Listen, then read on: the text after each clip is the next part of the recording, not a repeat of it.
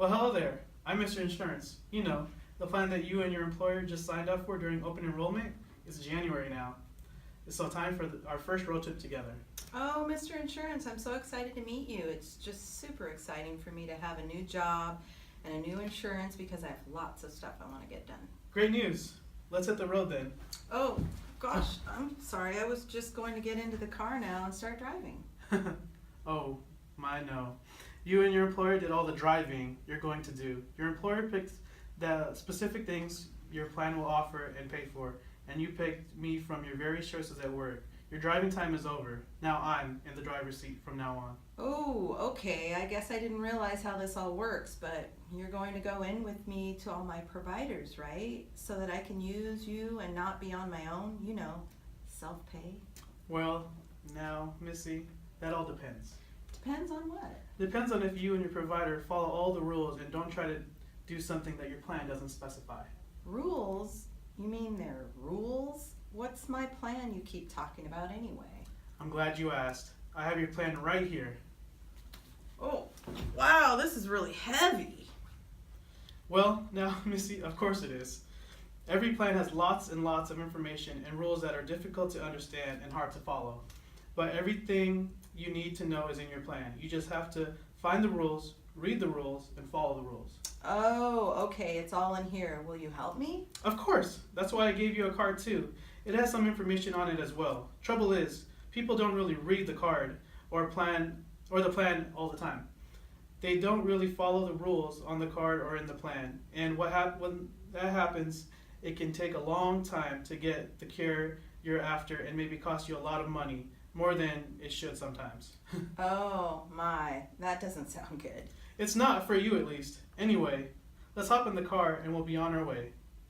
Yes, that sounds like a good idea. I'm anxious to get going. Sure thing, Missy. Oh wow, this road is kind of scary. It's so narrow. Can we go on a different road, the one over there that is a lot wider? Well, no, we actually can't. That's because your plan has a narrow network, which you can think of as a narrow road with a limited number of choices where we can stop. Really? Why did my employer pick a plan with a narrow road? Because the premiums are less, and cheaper premiums are good, right? Well, sometimes, yes, I guess. Okay, well, I want to go see Dr. Jones now.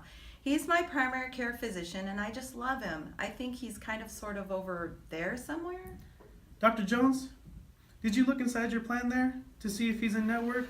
In other words, to see if he isn't on an exit on this narrow road?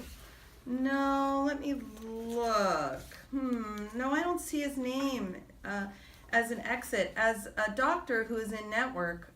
So now what? What does that mean exactly? Well, that means you can't go to him. If you want me to go in with you at least, if you go to see him, I'll have to stay in the parking lot. What? Well, of course, I want you to go in with me. Well, then you have to pick a different doctor, one who is on this narrow road. Look, I see one now. Dr. Smith is just up ahead. Oh, fine. If I have to, gee, this isn't turning out like you said it would in my employee open enrollment meeting. Fine, I'll make an appointment with Dr. Smith. Now you're getting the idea. What else do you want to get done? I have to get regular Xolair injections. Injections? Oh boy, this is a good one. Really? I didn't realize that. Well, I want to go get my injections at the hospital. Oh, you can do that, Missy. Take a look at that plan of yours again. Again? Now what? Well, your plan says that Xolair has to be supplied by a pharmacy we call a Credo. Yeah, so I don't get it. Well, Xolair you can get from a hospital isn't supplied by Credo. It's supplied by the hospital pharmacy. So, if you get your Xolair from the hospital, I have to stay in the parking lot again. What? But that's crazy. My employer and I pay a lot of money every month for your premiums. That's very true. But paying premiums doesn't mean you don't have to follow rules. Remember, those rules we talked about earlier? Oh, whatever. Well, I have one other thing on my list. And what is that? I also get Remicade infusions. Infusions. Oh, this is rich. I get rich. Tell me more. Well, I want to get my infusions at a hospital. So, you know what I'm going to ask you, don't you? Have I looked into my plan yet? Exactly. Take a peek. First, we have to see if we even have Remicade. In other words, we have to see if Remicade is allowed in your plan. Is there an envelope in your plan that says Remicade? Yes, there is. Well, that's one hurdle you have overcome. Congrats. Now, look in there and see if it says medical benefit or pharmacy benefit. Well, it says pharmacy. Pharmacy? Oh, okay. Well, now we're off to a different road and a different set of rules. I'm so lost. Great. Lost. Yikes! Where are we going? Well, we're off to see my brother-in-law, Mr. Pharmacy, benefits manager. What? Yeah, I had to hire him to make my wife happy, but mostly because it makes it more complicated for everybody to curve out certain benefits and have somebody other than me say yes or no to your requests. What? That's crazy too. Well, do you know what he's going to say? Well, not for sure. It depends on why you're getting the Remicade.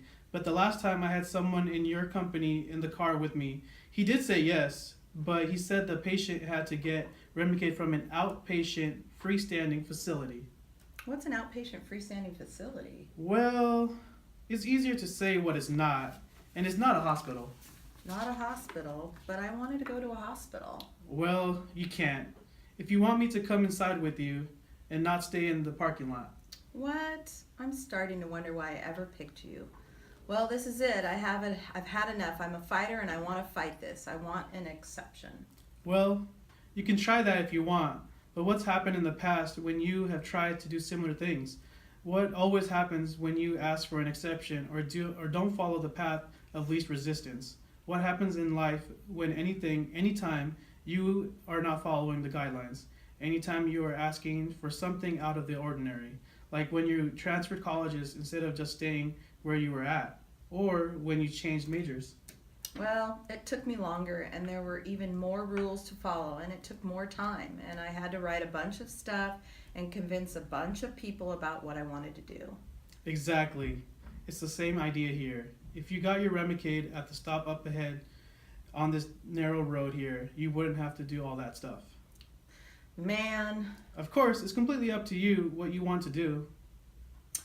Oh, sure it is. Yeah, everything is just like you said it would be in our employee open enrollment meeting. Fine, I'll go up ahead instead. It's faster and easier, and I just want my Remicade as quickly, as easily as possible. Now that's the spirit. Well, this has been a great road trip. Yeah, great time, all right. I'll probably need hernia surgery next because this plan is so darn heavy. Well, if you do, be sure to check that plan of yours before you make your appointment. I'm pretty sure you have to have hernia repairs at an outpatient freestanding surgical center. You know, the one that's not a hospital. Oh, brother, goodbye. Toodles.